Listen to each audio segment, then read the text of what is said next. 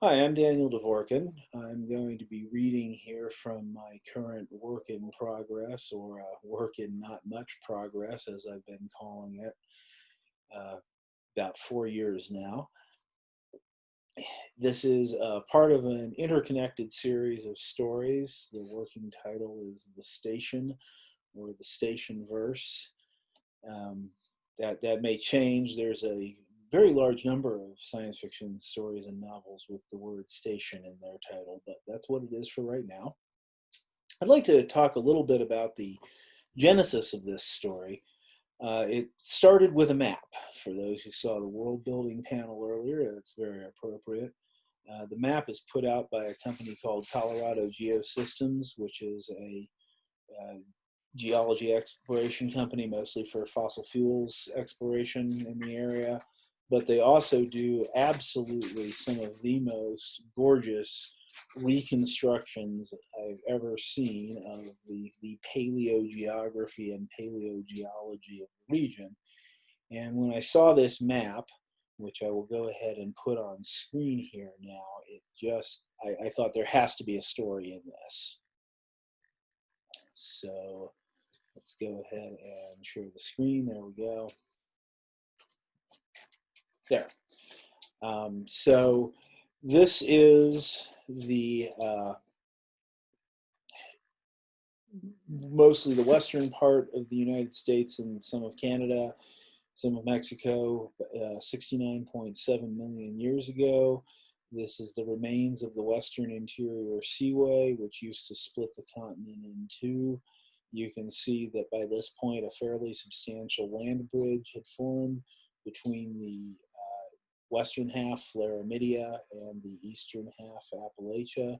But there was also still a good body of open water in the middle of the continent here. And if you look at Colorado, you can see that the Rockies are starting to rise here, and the one of the initial uplifts here is this island, which covers basically about from Jefferson County down to El Paso County, and this little peninsula here over on the east, kind of the head of the dragon, is about where Denver is. And so I thought this absolutely would be a fantastic setting for a story. And it took me a little while to kind of decide how that was going to work, but I finally figured it out, and here we are.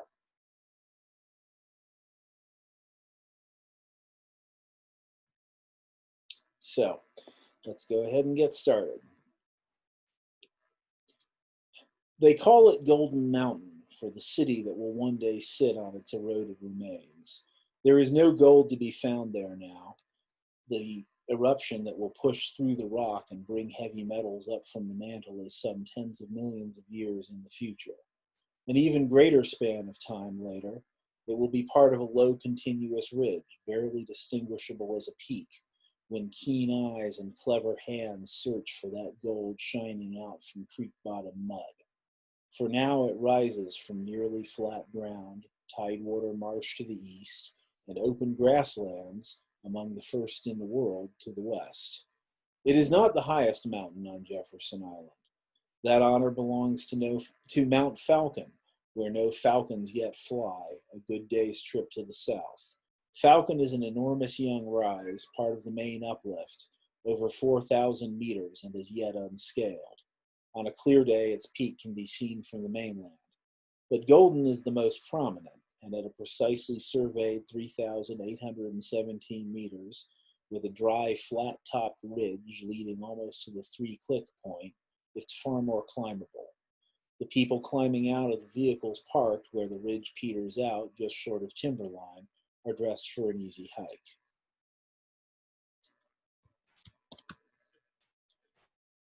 Something was chewing on his ankle. It hadn't quite got through to the skin yet, but it was very insistent, and it had sharp teeth, and apparently it knew his name, because it whispered, "Enriquez, it's your watch," as it gnawed through the leather. He sat up, blinked, and decided that it would be bad form to kick Shea away and go back to sleep. He wriggled out of the tent, doing his best not to disturb Kozlowski snoring beside him, and stood up slowly. He wasn't used to sleeping cold anymore. Not as young as you used to be, he thought, and you never will be again. He knelt even more slowly to lace up his boots, wincing as his knees cracked like shots in the silent night. It's about 10 after 2, Shea said. I gave you a little extra time.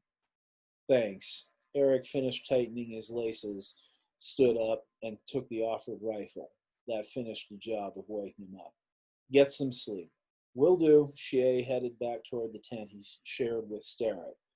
Eric wondered briefly if they were an item. Shea was a smart, good-looking kid with a sharp sense of humor. Starrett could do worse. And Shea went down with a squalling sound like nothing that should come from a human mouth. Eric dropped and low-crawled sideways toward him, keeping the rifle level with the ground, and aimed toward the movement he glimpsed down slope under the light of the huge moon just rising over the ridge. Where are you hit? Keep moving, acquire the target, hope to God the patient is still alive when you get there. Feeling for the aid bag that should be slung at his hip. Fuck, of course it wasn't there, and the jump kit was in the supplies tent. I'm okay, that wasn't me. Shea was sitting up unsteadily, holding his right knee. Little fucker tripped me. There, 40 meters, fur and eye shine. Eric relaxed, let himself sink into the ground, feeling his breathing and heartbeat return to something like normal, then slower. No scope, so just look at it sideways, let the growing moonlight bring it into focus. Like a raccoon the size of a Labrador, holding an MRE in dexterous paws. He glanced over his shoulder, saw Shea standing but favoring the knee, and yes, the supplies tent was open and there were food wrappers on the ground in front of it. He turned back to the animal. It was still frozen, but he could swear its posture was far more relaxed, and then it grinned at him with disturbingly human-like teeth. Oh hell, let the thing be happy about its dinner. He wondered if there was any chance it would stay around long enough to get some good photos. It wasn't anything they knew about, either from fossils or field surveys, that was for sure. The mammologist would want to see it. He got a hand under himself, not letting go of the rifle, and started to rise. It had squalled when Shea stumbled over it in the dark. It made no sound as a shadow swept across the rocks and laid it open with a single scimitar claw. The carcass spun for a moment in the air, spraying liquid black under the moon, then fell exactly like a lung-shot man.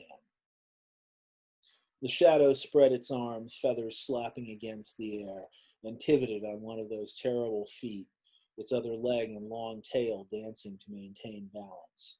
The upraised claw gleamed red. It accelerated again, body parallel to the ground, saw-blade mouth reaching for its prey. It was absurd, no point in it, but the rifle had its own logic. Eric felt himself leading it as it ran, breathing out and squeezing the trigger in the space between heartbeats. Solid kick against his shoulder, ears ringing, an acrid smell in the green night air. Good shot. Meal in its mouth, the creature disappeared across the slope. It was faster by far than any human target. Henri, Shie's voice cut off. Eric rolled and sat up, bringing the rifle to bear. Another one of them had Shea down on his belly, one claw embedded in his hamstring and the other rising above his back for the killing strike. 2 shots, no chance of missing this time, center mass. It tumbled away, squawked softly, twitched, and lay still. Jesus fuck, stay down. The moon was most of the way over the ridge now, bigger than it should be, and almost painfully bright. A look around didn't show any company, although Eric was well aware that didn't mean they were alone. He kicked the dead one out of the way on his way to the supply tent. It was smaller in depth than it had looked while it was trying to turn Shea into prey, not that much bigger than the mammal its compatriot had brought down, and amazingly light. But it was fast and strong enough to make a meal of a full-grown human being, at least if it thought it had the advantage of surprise and numbers. Eric pushed down the thought that maybe killing the dog coon had been nothing more than a diversionary attack.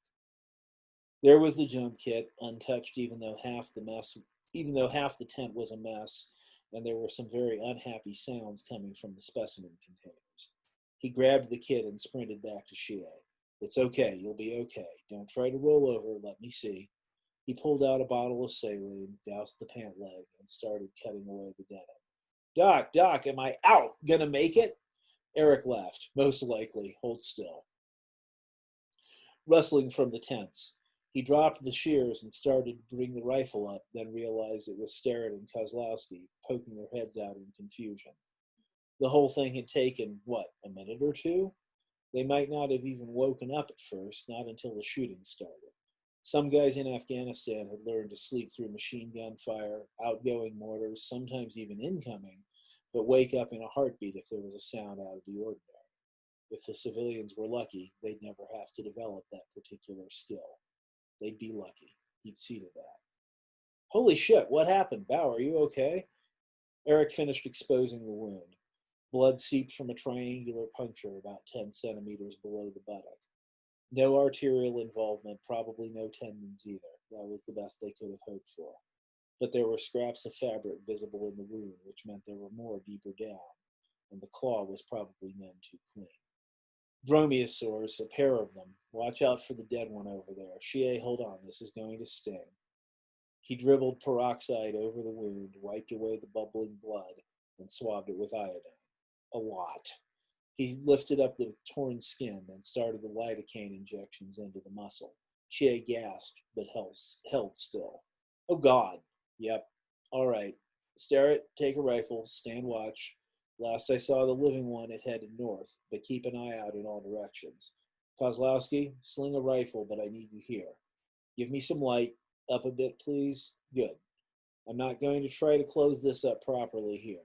I wanted to breed it, clean it up a bit, pack it, and maybe put in a couple of tack sutures to hold it together until we get down the mountain. This was familiar, comforting work. He dealt with this kind of thing and much worse wounds under worse conditions, more times and places than he could remember. Give him a target, give him a patient, give him a mission. He knew what to do with those. Not like living shadows with claws that shone red in the moonlight. He kept up the chatter while he worked, his hands moving of their own accord. That was what everyone needed. The toughest, most professional troops in the world could turn into children crying for their mothers half a world away when they or one of their squad went down. The civilians here were holding up well, but no knowing when someone might break, and they were separated from the comforts of home by a span of time that made half a world seem trivial. So they had him. That'll do it. Shie, can you stand up? Give it a try, easy. Shie hissed as he rose. Already hurt the knee when I fell. I think that's why it went for this leg.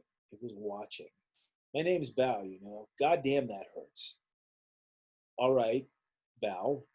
Whoa, careful. That's right. There. Call me Eric. No one calls you Eric. I wish they would. He hadn't meant to say that. Take a couple steps. No, stop. You'll need a crutch. Kozlowski put the flashlight away. I can rig that, Eric. He popped the magazine out of his rifle and cleared the chamber twice. I'll do the same with the other spare, tape them together nice and solid. You and Tammy each take a working rifle. I'll help Bao walk. I'm the biggest one here, and I'm not much of a shot anyway. Eric blinked. Thanks, Steve. What's the plan? Starrett, Tammy, was still on guard, the rifle steady and relaxed downrange as she shifted on one knee to cover the likely approaches. Yeah, she could walk patrol. Eric would take point, Steve and Bao in between, Tammy rear guard. Close order, no one was going to be lobbing mortars at them. Although who the fuck knew at this point? Okay, get the radio, call in, see how close they can bring a vehicle up to the ridge. We're going to have to hump over, but if we're lucky, not too far down the other side. Everyone who's not wounded, 2 canteens and an MRE. Let the specimens out, leave everything else. Anything still here in a day or two, someone else can come get back and get it. By daylight, we'll be riding. By noon, back inside the wire. He thought he saw eyes gleaming in the shadows once or twice as the group broke camp. Nothing was there when he looked more closely, but now he knew they hunted in pairs.